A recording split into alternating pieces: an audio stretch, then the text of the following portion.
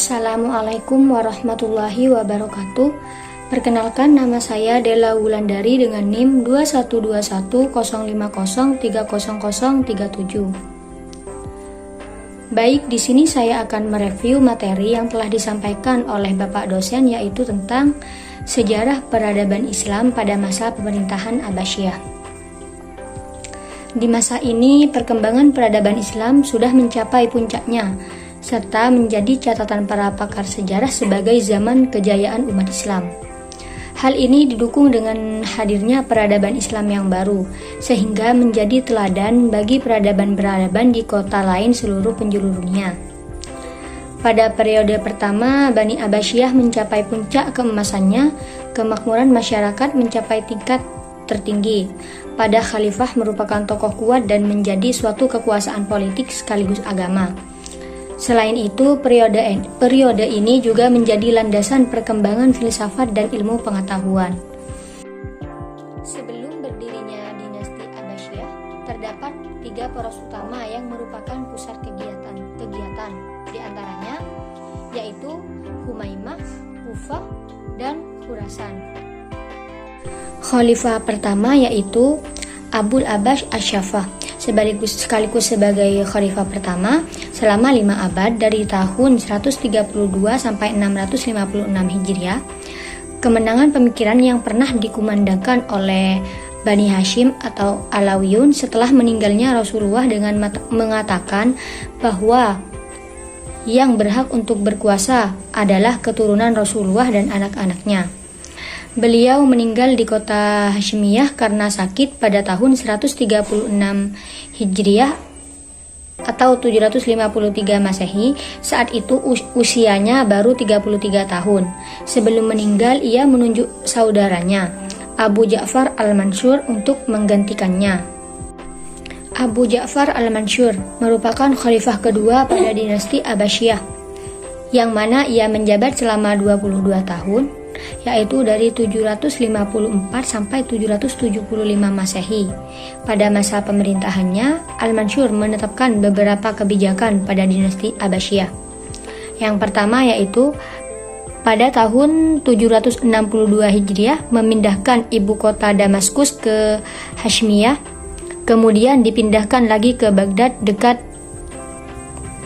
Ctesifon, bekas ibu kota Persia. Yang kedua, membentuk lembaga protokol negara dan sekretaris negara. Yang ketiga, membentuk kepolisian negara dan membenahi angkatan bersenjata. Yang keempat, mengangkat sejumlah personil untuk menduduki jabatan di lembaga eksekutif dan yudikatif. Yang kelima, di bidang pemerintahan membentuk tradisi baru dengan mengangkut Wazir sebagai koordinator departemen. Yang keenam, menunjuk Muhammad bin Abdurrahman sebagai hakim. Yang ketujuh, menambah tugas jawatan pos untuk menghimpun seluruh informasi di daerah-daerah. Para direktur jawatan pos bertugas melaporkan tingkah laku gubernur setempat pada khalifah. Yang kedelapan, menaklukkan kembali daerah-daerah yang melepaskan dari pusat pemerintahan.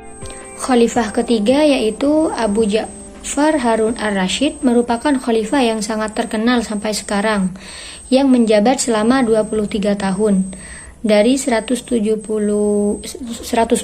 sampai 193 Hijriah atau bertepatan pada tahun 786 sampai 809 Masehi. Yang paling menarik pada masa pemerintahan beliau, yang pertama yaitu Beliau melakukan belusukan. Yang kedua, sangat memperhatikan ilmuwan dan budayawan. Yang ketiga, sangat sulit mencari orang untuk memberikan zakat, infak, dan sedekah. Yang keempat, semua masyarakat merasa aman untuk keluar tengah malam. Yang kelima, sangat mementingkan sarana prasarana. Yang keenam, sangat giat menerjemahkan buku-buku asing. Yang ketujuh, pada masa pemerintahannya, kesejahteraan sosial, kesehatan, pendidikan, ilmu pengetahuan, dan kebudayaan serta kesastraan berada pada masa keemasannya. Pada masa inilah negara Islam menempatkan dirinya sebagai negara terkuat dan tak tertandingi. Khalifah keempat yaitu Abu Ja'far Abdullah Al-Ma'mun. Beliau memimpin pada tahun 198 sampai 218 Hijriah yang menjabat selama 20 tahun, bertepatan pada tahun 813 sampai 833 Hijriah. Yang beliau lakukan pada masa pemerintahannya yaitu yang pertama, pertanian berkembang dengan sangat pesat.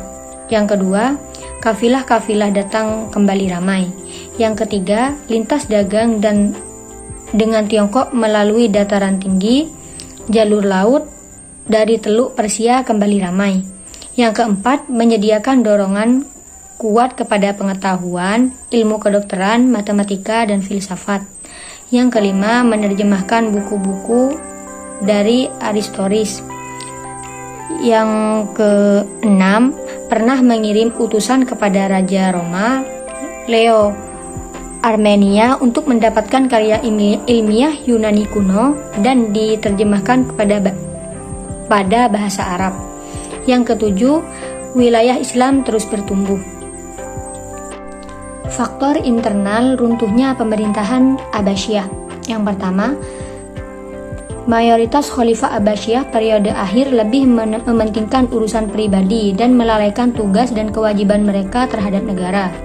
Yang kedua, luasnya wilayah kekuasaan kerajaan Abbasiyah, sementara komunikasi pusat dengan daerah sulit dilakukan.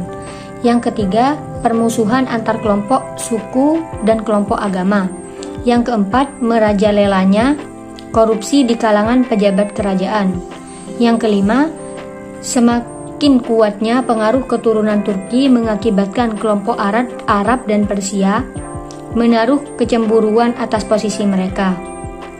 Faktor internal runtuhnya pemerintahan Abbasiyah. Yang pertama, perang salib yang berlangsung beberapa gelombang dan menelan banyak korban.